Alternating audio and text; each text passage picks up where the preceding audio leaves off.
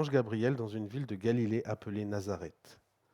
Chez une jeune fille liée par fiançailles à un homme nommé Joseph, un descendant de David. Cette jeune fille s'appelait Marie. L'ange entra chez elle et lui dit: Réjouis-toi, toi à qui Dieu a accordé sa faveur, le Seigneur est avec toi. Marie fut profondément troublée par ces paroles. Elle se demandait ce que signifiait cette salutation. L'ange lui dit alors: N'aie pas peur, Marie, car Dieu t'a accordé sa faveur. Voici, bientôt tu seras enceinte et tu mettras au monde un fils, tu le nommeras Jésus. Il sera grand, il sera appelé fils du Très-Haut, et le Seigneur Dieu lui donnera le trône de David son ancêtre. Il régnera éternellement sur le peuple issu de Jacob, et son règne n'aura pas de fin. Marie dit à l'ange: Comment cela se fera-t-il puisque je suis vierge? L'ange lui répondit: L'Esprit Saint descendra sur toi, et la puissance du Dieu Très-Haut te couvrira de son ombre. C'est pourquoi le saint enfant qui naîtra de toi sera appelé Fils de Dieu. Amen.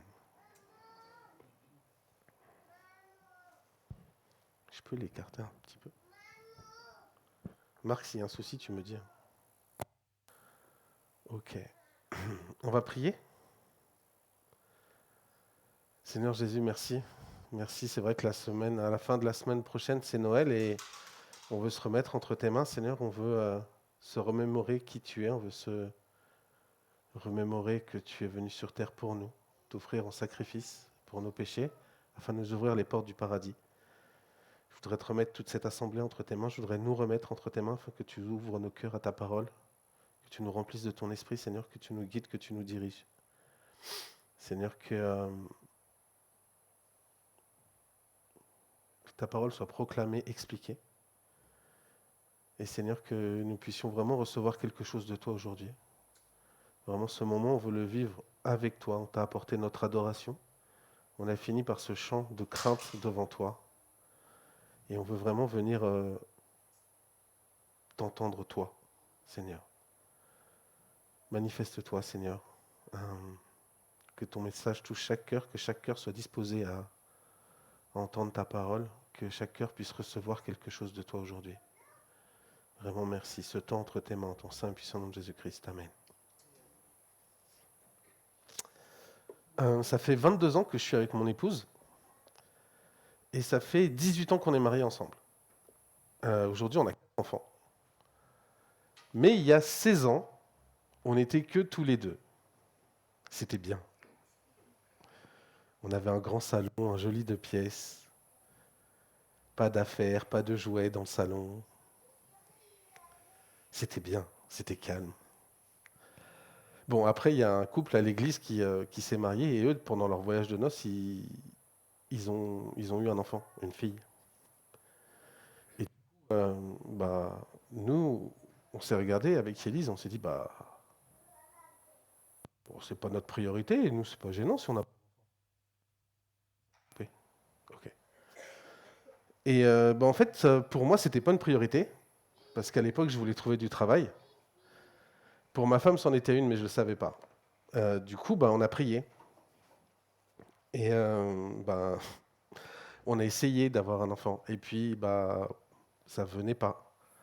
Et du coup, quand ça vient pas dans un couple, en fait, et que tu n'arrives pas à avoir d'enfant, ça devient un sujet tabou. Tu n'oses pas trop en parler autour de toi. T'en parles pas avec les gens. T'en parles avec le pasteur, mais tu sais pas trop en parler. C'est un peu tabou.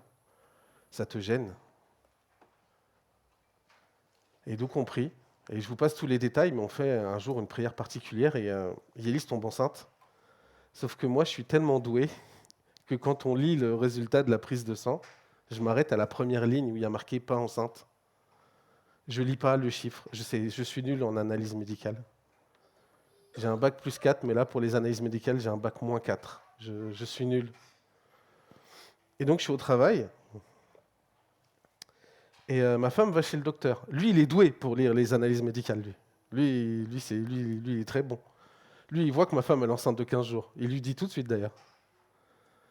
Du coup, elle m'appelle quand elle sort et qu'elle rentre à la maison. Et moi, je suis au boulot. Et elle me dit, ouais, regarde tes mails. Je dis, t'as été chez le docteur, c'est grave. Parce que moi, à la base, je pensais qu'elle avait une gastro. Je lui ai fait boire 2 litres de coca la veille. Hein. Oui, je sais. Écoutez, on essaye de prendre soin de sa femme comme on peut. Je débutais. On était les premiers mariés dans l'église. On n'a pas eu trop d'exemples, s'il vous plaît. Me jugez pas. Et elle me dit de lire mes mails. Et là, on est le 31 octobre 2006. Il est 17h04. J'ai un mail dans ma boîte Gmail qui me dit que Yélis Simon vous a envoyé une carte virtuelle de Histoire d'amour. Je ne peux plus cliquer sur le lien, le site n'existe plus aujourd'hui, mais j'ai toujours le mail, je le garde en hommage. Et donc je suis au boulot, je clique sur ce lien, et ça s'affiche. Alors plus lentement qu'aujourd'hui, il n'y avait pas la fibre. Et là, il y a une photo de bébé allongé avec marqué « Pour le plus beau des papas ». Et là, je suis heureux. Et là, je veux crier, comme Michel quand il y a un but à la Coupe du Monde. Mais je ne peux pas, je suis en open space. Alors que c'est 1 milliard de fois plus important qu'un but à la Coupe du Monde. On est d'accord, hein, c'est mon premier enfant. Donc je me lève, je suis digne, je verrouille mon poste. Je prends les escaliers, je descends au 3e étage. C'est les RH, il n'y a que des femmes. Je rentre dans les toilettes pour hommes, je suis sûr que je suis tout seul. Je m'enferme au cas où quand même parce que je suis parano. Et je crie ma joie, ouais, je suis papa. Je suis heureux, vraiment, je suis fou heureux. Je rentre chez moi, je félicite ma femme, comme si on avait gagné la Coupe du Monde. Bon, on dit rien, on prie. Et puis le temps passe. Et puis je dis, ouais, je vais être papa. Je vais être papa. Je vais être papa. Ouais, mais moi, je sais pas c'est quoi être papa. Mais nous, on est chrétiens, comment on va faire pour l'élever? Mais ça change quoi si c'est une fille ou un garçon? Non, mais je peux pas prendre mon père comme modèle. Ben non, je vais faire comment? Alors on est là. Le soir, ma femme dort, moi je prie. Comme dans les films, au pied du lit, tout pareil. Et je demande à Dieu de m'aider. Je demande à Dieu de répondre à mes questions. Je lui dis que je sais qu'on va connaître le sexe dans un mois, mais que j'ai besoin d'aide, j'ai besoin qu'il soit là pour moi, que je ne sais pas comment je vais faire. Et là, je m'endors. Et dans mon sommeil, il y a une voix qui me dit, ce sera un fils, il s'appellera Isaac. Je me réveille le matin, je me dis, Pascal, tu lis trop la Bible. T'es pas Abraham. C'est pas toi, Abraham. Non, c'est pas toi. Et je dis ça à ma femme. Et ma femme, elle me dit, oui, t'es mignon. Elle me dit souvent, t'es mignon, quand elle veut me faire une critique derrière. Et elle me dit, t'es mignon, mais moi, je sais que j'attends une fille, ok? Elle va avoir sa fille, ce sera une métisse, elle aura des beaux cheveux, elle pourra les peigner, elle sera heureuse. Bon, on fait l'échographie, c'est un fils. Je vous passe tous les détails, la suite vous la connaissez, c'est juste que dans le couloir, quand on sort de l'échographie, elle me tient la main, elle me regarde amoureusement et me dit « Oui, on l'appellera Isaac ». Et maintenant, vous le connaissez, il fait plus d'1,80 m. Bon, il n'est pas là aujourd'hui, son frère est malade. Il a grandi dans cette église, tout le monde l'a eu dans ses mains. Normalement, tous ceux qui étaient là à l'époque, ils ont tous eu une photo avec lui, parce que tout le monde jouait avec lui. Et si je vous raconte cette histoire, c'est pas pour chercher une ressemblance avec Marie, c'est pas pour dire hey, regardez moi aussi, non, c'est pas ça. C'est juste pour vous dire qu'aujourd'hui aussi Dieu donne sa faveur. Mais cette faveur, qu'est-ce qu'on en fait? Comment on réagit quand on reçoit cette faveur-là? C'est quoi notre réaction? Je vous propose qu'on en discute ce matin ensemble et on va déjà voir comment c'était la faveur divine avant cet épisode avec Marie dans la Bible. On va voir quelle était la faveur accordée à Marie. On va voir que c'était une faveur multiple. Et puis après, on va finir en comparant la réaction de Marie avec celle que nous, on peut avoir.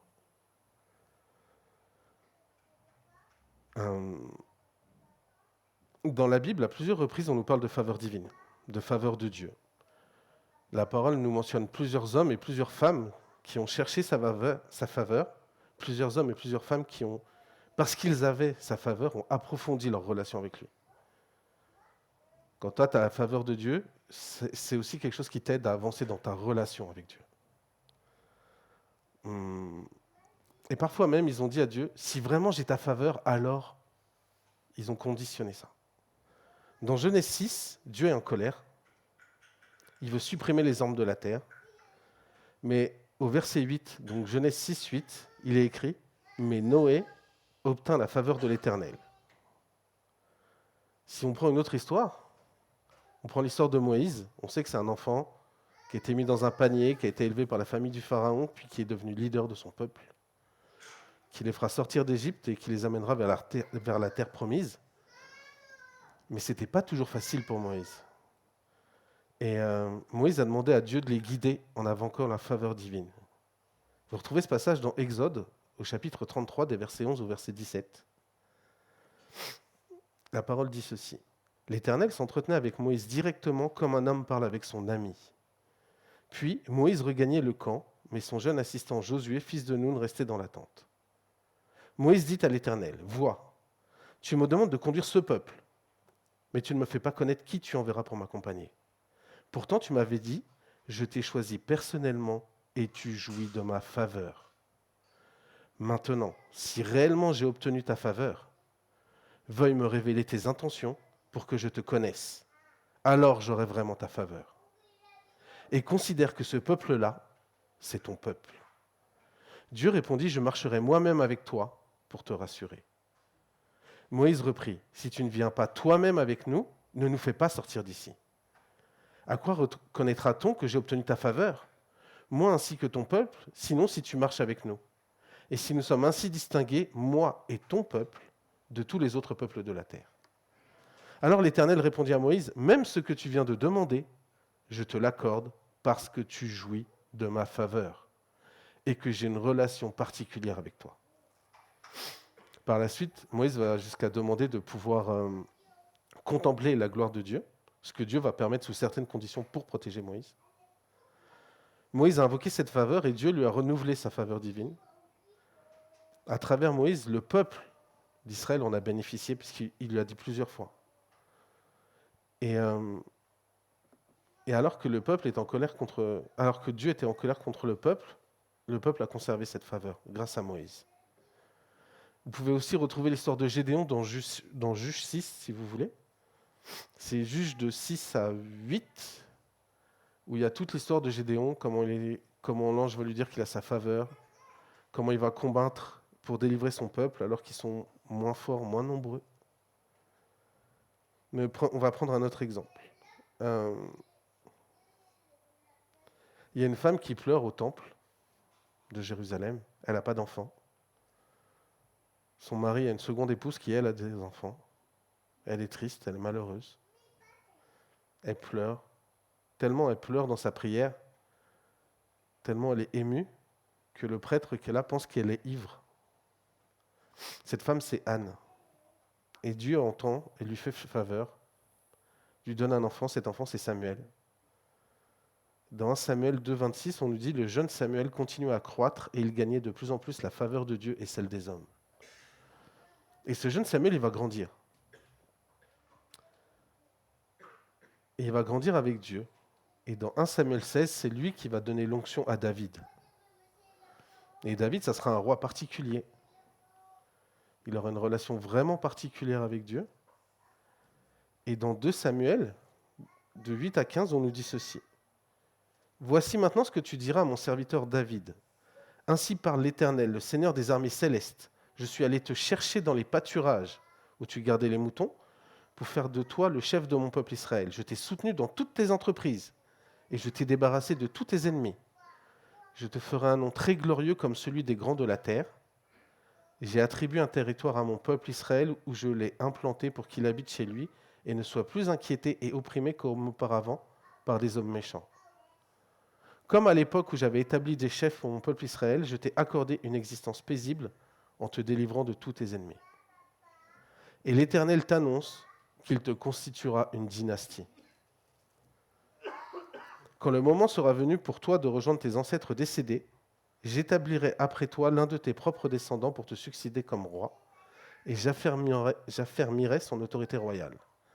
C'est lui qui construira un temple en mon honneur, et je maintiendrai à toujours son trône royal. Je serai pour lui un père, et il sera pour moi un fils. S'il fait le mal, je me servirai d'homme pour le corriger par des coups et des châtiments, mais je ne le retirerai jamais ma faveur. » Salomon va arriver et va naître dans les conditions qu'on connaît. Ils vont bâtir le temple. Il va bâtir le temple. Il aura toujours la faveur de Dieu, et grâce à David et à la promesse que Dieu lui a faite en 2 Samuel 7,16, oui, je rendrai stable pour toujours ta dynastie et ta royauté, et ton trône sera inébranlable à perpétuité. Et de cette dynastie viendra le Messie issu de la lignée de David. De cette promesse-là viendra Jésus. Et on reboucle avec la promesse et la faveur qu'il accorde à Marie. Au passage, vous remarquerez que dans la Bible aussi, on parle des femmes à qui on dit que Dieu agit en faveur, souvent quand elles ne peuvent pas avoir d'enfants. Que ce soit Sarah, Rachel, Anne ou Élisabeth, qui se situe juste avant le passage avec Marie. On dit que l'Éternel intervint en la faveur de telle ou telle femme pour qu'elle puisse avoir un ou des enfants. C'était considéré comme une punition divine de ne pas avoir d'enfants. Et souvent, Dieu rétablit les personnes. Et on voit à chaque fois la réaction qu'elles ont. Oui, je rendrai gloire car Dieu agit en ma faveur. Et il y a eu d'autres femmes également pour qui Dieu était avec, comme Ruth et Esther, où là c'était dans d'autres contextes. Mais Dieu était avec elles et elle leur a accordé sa faveur parce que à chaque fois ça rentrait dans le plan de Dieu. En parlant de plan de Dieu, justement on va revenir à Marie et à la faveur divine qui lui est accordée. Cette faveur divine, elle est complexe et multiple parce que quand on parcourt le texte qu'on a lu tout à l'heure, on voit qu'il y a plusieurs aspects dans cette faveur divine. Déjà, il y a l'ange qui vient la visiter. Je ne sais pas vous, mais ce n'est pas tous les jours qu'il y a un ange qui vient te visiter. Quand on regarde dans la Bible, on n'en voit pas l'ange tout le temps. Au verset 26 et 27, 6 mois plus tard, Dieu envoya l'ange Gabriel dans une ville de Galilée appelée Nazareth, chez une jeune fille liée par fiançailles à un homme nommé Joseph, un descendant de David. Cette jeune fille s'appelait Marie. Ce n'est pas anodin. L'ange, il est nommé. Ici, il s'agit de Gabriel. C'était le même qui, 6 mois avant, était allé voir Zacharie dans le temple pour lui annoncer l'arrivée de Jean-Baptiste, son fils. Mais Gabriel, on l'a déjà vu ailleurs. Est-ce que vous savez où est-ce qu'on l'a déjà vu? Il est mentionné ailleurs dans l'Ancien Testament.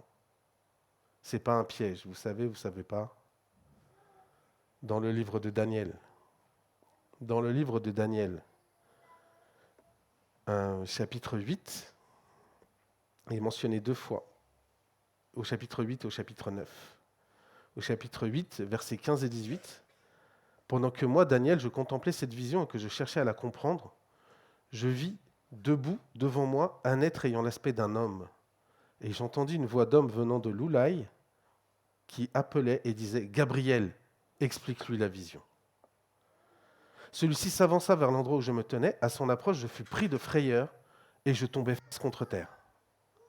Il me dit « Fils d'homme, comprends bien que cette vision concerne le temps de la fin. » Pendant qu'il me parlait, je perdis connaissance et tombai face contre terre, mais il me toucha et me fit tenir debout sur place. Puis il me dit « Je vais te révéler ce qui arrivera à la fin des temps de la colère divine, car un terme lui a été assigné. » Vous avez aussi Daniel 9, versets 21 et 23. J'étais encore en train de prononcer ma prière quand Gabriel, ce personnage que j'avais vu dans une vision précédente, s'approcha de moi d'un vol rapide au moment de l'offrande du soir. Il s'entretint avec moi et me donna des explications en me disant « Daniel, je suis venu maintenant pour t'éclairer. Dès que tu as commencé ta supplique, un message a été émis et je suis venu pour te le communiquer. Car tu es bien-aimé de Dieu, sois donc attentif à ce message et comprends cette vision. » Dans la Bible, on voit que Dieu peut utiliser toute sa création, il a même fait parler un âne. Mais là, il envoie cet ange-là. Et c'est précis, il a un nom. Et plusieurs fois. Il a déjà été envoyé à Daniel et il a envoyé à Marie. Et non seulement il l'envoie, mais il l'envoie vraiment chez elle, auprès d'elle, pour lui expliquer les choses. Un deuxième aspect de la faveur divine, c'est Dieu est avec elle. L'ange lui confirme que Dieu est avec elle. Au verset 28, l'ange entra chez elle et lui dit « Réjouis-toi, toi à qui Dieu a accordé sa faveur, le Seigneur est avec toi. » Est-ce que vous aimeriez qu'on vous dise « Le Seigneur est avec toi » ? Ok, il y a un côté qui a dit oui, il y a l'autre côté qui a froid peut-être, c'est ça? Si, c'est oui aussi. Ok. Juste attention, Quand on vous dit le Seigneur est avec toi, c'est différent de juste Dieu t'a accordé sa faveur. Généralement, dans la Bible, quand l'ange dit Dieu, le Seigneur ou l'Éternel est avec toi, c'est pour annoncer que Dieu va te confier une mission. Et une mission à grande portée. Vous avez dit oui. Hein. Vous avez dit oui. Une mission à grande portée. On peut le voir dans Juge, comme je vous l'ai dit, pour l'histoire de Gédéon, au chapitre 6, au chapitre 6 jusqu'au chapitre 8. Vous verrez. Il lui dit, l'Éternel est avec toi, valeureux guerrier. Il lui dit, mais je suis le plus petit de ma tribu. Comment je pourrais aller combattre? Et il dit, mais pourquoi tu crains? Je suis avec toi. Et au final, Gédéon va délivrer son peuple des ennemis, même en infériorité numérique, en suivant les conseils et les instructions de Dieu. Tout simplement parce que l'Éternel est avec lui. Ici, Marie va bien recevoir une mission particulière, mais avec la faveur de Dieu, donc Dieu ne l'abandonnera pas. D'ailleurs, dans toute sa grossesse, Dieu a bien été avec elle malgré toutes les péripéties. Dans toute sa vie de maman, Dieu a été là. Une autre chose, l'ange va décrire l'enfant. C'est bien, non? On t'annonce que tu vas avoir un enfant, et on te parle déjà de cet enfant, on te dit déjà comment il va être. D'habitude, le bébé, quand tu es un papa, tu peux juste poser ton oreille sur le ventre de la maman le ressent des choses, mais elle ne sait pas quelle tête il va avoir, à quoi il va ressembler. Il va être grand, il va être petit, il va être beau.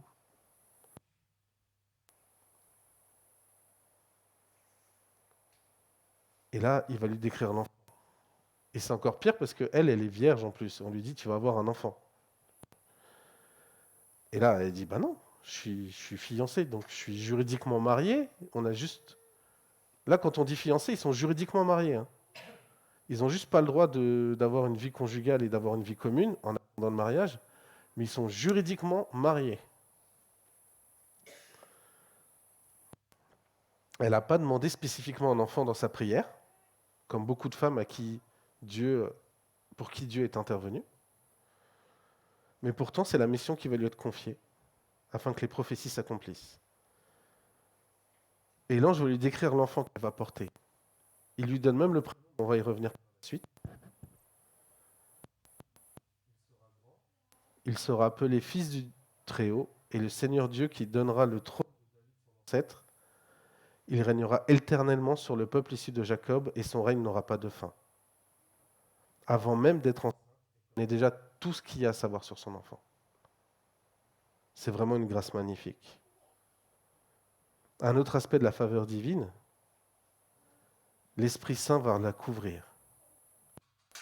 Alors qu'elle s'interroge sur la manière de comment ça va arriver puisqu'elle est vierge. Elle ne doute pas. Elle ne doute pas de ce qu'elle a reçu comme information, mais juste, elle ne saisit pas comment ça va être possible. C'est différent d'avec Zacharie. Zacharie a demandé des signes. Elle dit, ok, d'accord, je crois ce que tu me dis, mais comment c'est possible, je suis vierge? L'ange lui répondit, l'Esprit Saint descendra sur toi, et la puissance du Dieu Très-Haut te couvrira de son ombre. C'est pourquoi le saint enfant qui naîtra de toi sera appelé fils de Dieu. Et si on continue dans Luc, on voit que Marie va rendre visite à Élisabeth, et même Élisabeth va ressentir l'Esprit Saint à travers l'enfant qu'elle porte. Au verset 40, elle entra chez Zacharie et salua Élisabeth. Au moment où celle-ci entendit la salutation de Marie, elle sentit son enfant remuer en elle. Elle fut remplie du Saint-Esprit et s'écria d'une voix forte, « Tu es bénie plus que toutes les femmes, et l'enfant que tu portes est béni. Comment ai-je mérité l'honneur que la mère de mon Seigneur vienne me voir? Car vois-tu, au moment même où je t'ai entendu me saluer, mon enfant a bondi de joie au-dedans de moi. Tu es heureuse, toi qui as cru à l'accomplissement de ce que le Seigneur t'a annoncé. » Elle a été couverte de l'Esprit Saint. Et enfin, le dernier aspect de la faveur, c'est qu'elle va porter un enfant pas ordinaire. L'enfant qu'elle va porter, c'est Jésus, celui qu'on connaît tous ou qu'on cherche à connaître. D'ailleurs, l'ange va lui donner le prénom. « Voici, bientôt tu seras enceinte et tu mettras au monde un fils, tu le nommeras Jésus. Si on ajoute la description que l'ange a faite, si on ajoute la description que Élisabeth a faite, oui, il s'agit vraiment d'un enfant qui n'est pas ordinaire.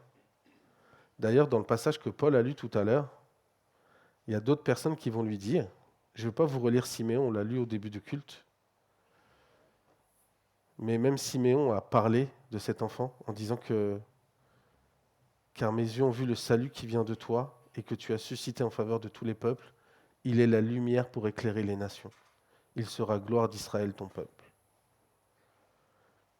On voit bien qu'il y a différents aspects de cette faveur divine, ainsi que la grandeur de cette faveur divine que Marie a reçue. Mais ce qui va être édifiant, c'est de voir la réaction que Marie a eue face à cette faveur divine.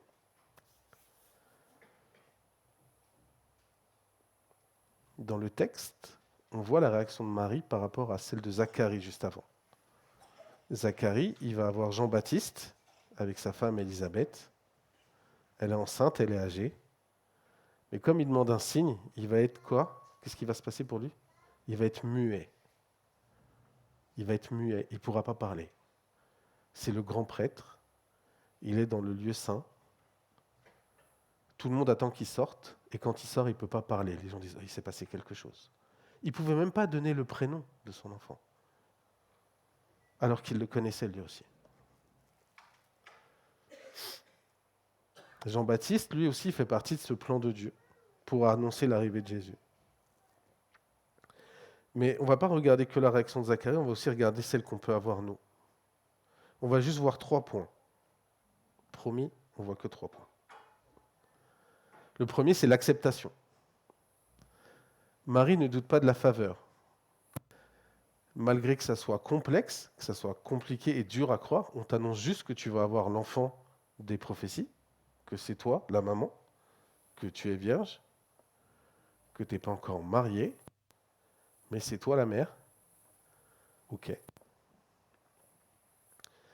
qu'est-ce qu'elle va donner comme réponse? Elle a juste demandé comment ça va se produire. On lui a dit, ok, l'Esprit Saint va te couvrir, Dieu sera avec toi. Elle répond juste, au verset 38, alors Marie répondit, je suis la servante du Seigneur, que tout ce que tu m'as dit s'accomplisse pour moi. Et l'ange la quitta. Et l'ange la quitta, ça veut dire qu'il n'y a pas eu d'autres discussions derrière. Il n'y a pas eu d'autres parlementations. Non. L'ange est parti. Il n'y aura pas de complément à la réponse. Elle a juste donné sa réponse. Je suis la servante du Seigneur. Elle a accepté. Elle n'a pas demandé de signe particulier. Elle n'a pas demandé de preuves, comme d'autres peuvent le faire.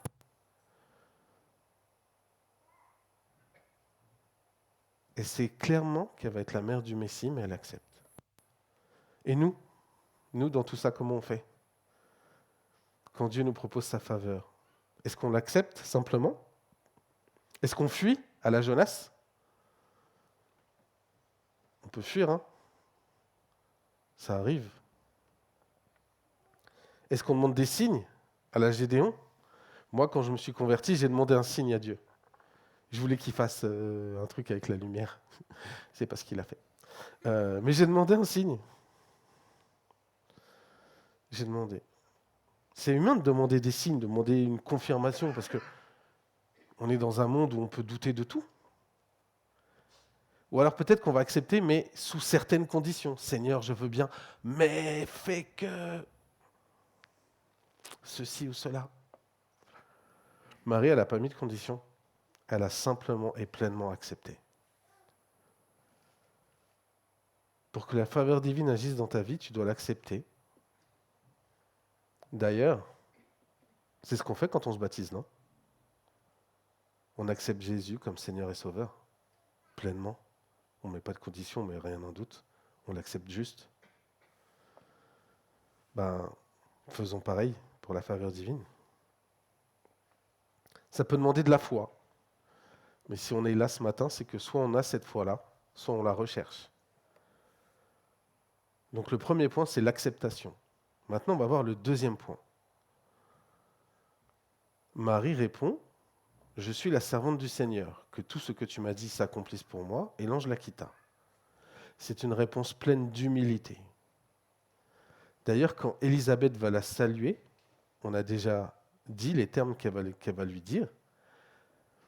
Marie va répondre, « Mon âme chante la grandeur du Seigneur, et mon esprit se réjouit à cause de Dieu mon Sauveur, car il a bien voulu abaisser son regard sur son humble servante. C'est pourquoi désormais, à travers tous les temps, on m'appellera bienheureuse, car le Dieu Tout-Puissant a fait pour moi de grandes choses, lui, il est saint. » La réponse continue, parce qu'elle cite différents passages de la parole de Dieu, indiquant que Dieu intervient pour son peuple. Mais elle reste humble, et à travers tous les passages de la parole qu'elle cite, elle comprend que son enfant sera celui de la promesse. Elle est vraiment consciente que l'enfant qu'elle porte, que Jésus, est celui de la promesse. Elle rend toute gloire à Dieu. Et nous, qu'est-ce qu'on fait dans un cas similaire ?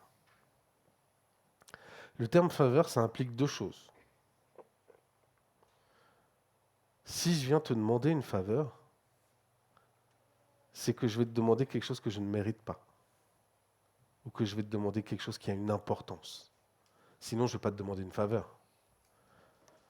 Peut-être pour toi, ça n'aura pas d'importance. Ça m'est arrivé déjà, des fois, de demander une faveur à Jamel. Jamel m'a répondu, mais ça, c'est rien, frère. Ce qui est important pour toi ne l'est pas pour les autres, mais ça reste quand même une faveur. Parce que c'est important pour toi. Et souvent, ça arrive que les gens glorifient le don au lieu du donateur. Je m'explique. Dieu t'a permis de bien chanter. Chante pour lui et rends-lui gloire. Dieu t'a donné une certaine compréhension de la parole. Partage-la auprès des autres. Dieu t'a rendu riche. Fais-en quelque chose. Dieu t'a rendu sage. Ne t'en glorifie pas, mais aide les autres. Quand Dieu te donne une faveur, elle vient de lui. Il en est le fournisseur et le propriétaire. Mais par amour pour nous, il nous donne cette faveur.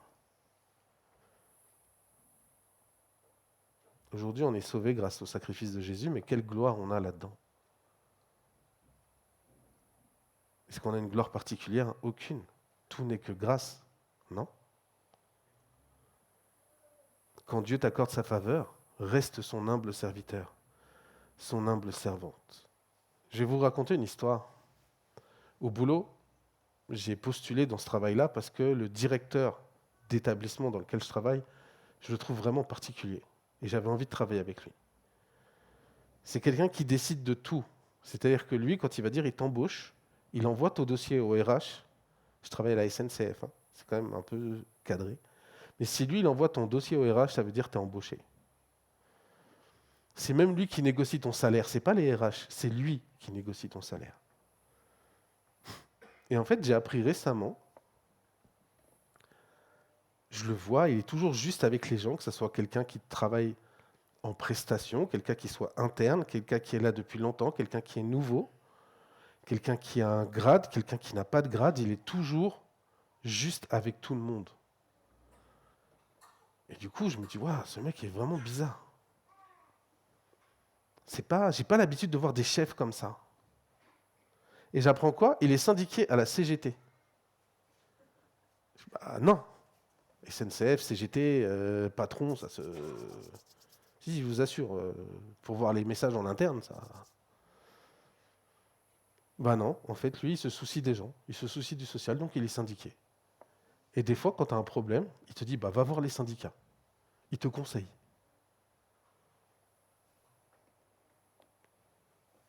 Si tu lui demandes comment il va te montrer une photo. Le matin, quand il est sorti à 6h30 de chez lui, à 7h, il a vu un SDF au loin, dans des cartons. Il l'a pris en photo. Et il te dit, tu vois, moi je vais bien. Lui, il est dehors, il est à -3, moi j'ai pas à me plaindre. Qui suis-je pour me plaindre ? Et des fois, quand on regarde dans nos églises, des fois, quand on a une fonction, un poste, ça change. Même si toi, tu ne changes pas, le regard sur toi va changer. Les gens ne vont plus te regarder pareil. Franchement, je finis là, ça y est, c'est la fin, on est au mois de décembre. On est le 18, frère, c'est ça ? 13 jours encore ? Non, je plaisante. Je finis mon mandat de diacre, et sincèrement, il n'y a pas de supériorité dans ce poste. Quand tu es diacre, tu n'es pas supérieur. Non. Tu es un serviteur de Dieu et un serviteur de l'Église. Tu n'es pas supérieur. Il y a des gens qui pensent que tu es supérieur quand tu es diacre, c'est faux. Tu ne l'es pas. Donc sachons rester humbles car tout vient de Dieu et c'est lui qui donne. Mais justement, quand il nous donne, et ce sera le dernier point, que devons-nous faire? Après l'acceptation et l'humilité, on va voir l'action. Marie s'est mise en action à la suite de cette faveur. Elle s'est rendue chez Élisabeth et elle a pris soin de l'enfant pendant toute la grossesse et même après. Vous connaissez, je ne vais pas vous lire, le temps passe, mais dans Luc 2, versets 41 et 48, vous avez l'histoire où ils vont pour les 12 ans de Jésus à Jérusalem. Et puis en fait, ils repartent mais sans Jésus. Puis ils s'en rendent compte en chemin. Puis ça nous arrive, hein. Si tu as une grande famille, tu penses toujours que ton enfant, il est avec quelqu'un d'autre. Moi, je me souviens, quand Isaac il était petit, ici, des fois, nous, on cherchait avec qui il était. On servait avec Élise et on ne savait pas. Des fois, il était avec les Kevin, les Céphas, les Jean-Luc. Des fois, il était avec les Mélodies. Des fois, on ne savait pas. On voyait, des fois, tu pouvais suivre le chemin avec Facebook quand tu voyais les photos avec qui il était. Mais on ne savait pas avec qui il était. Donc, eux, ils retournent à Jérusalem, ils vont le chercher. Elle est inquiète. Elle est inquiète. Nous étions très inquiets et nous t'avons cherché partout. Tu étais où? C'est le Fils de Dieu, il veut s'occuper des affaires de son père, il a 12 ans. Et c'est ce qu'il leur répond, mais je devais m'occuper des affaires de mon père. Oui, mais moi je suis ta maman, on t'a confié à moi.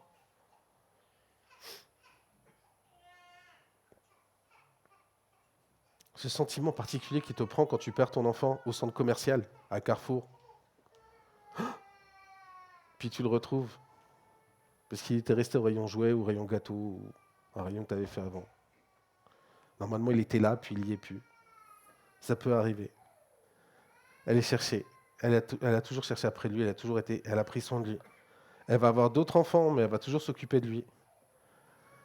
Pendant son premier miracle, elle sera avec lui lors du vin aux noces de Cana. Et à la croix, quand il va mourir, elle sera toujours là. Vous le voyez dans Jean 19, près de Jésus, de la croix de Jésus se tenait sa mère. Je ne vous lis pas la suite, vous pouvez voir, c'est dans Jean 19, 25, 27, quand il dit à Jean de prendre soin de sa maman. Elle était là jusqu'au bout. Cette action, elle l'a menée jusqu'au bout.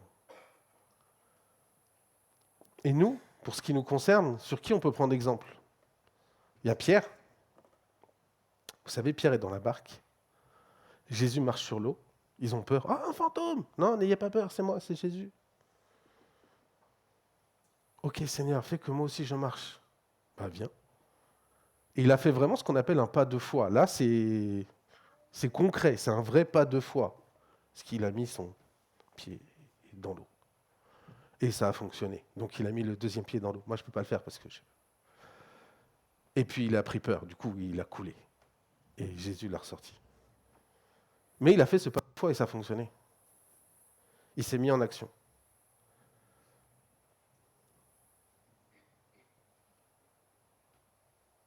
Il a vraiment ce pas de foi et il est nécessaire d'avoir une action quand on a la faveur de Dieu pour la déclencher, pour la concrétiser.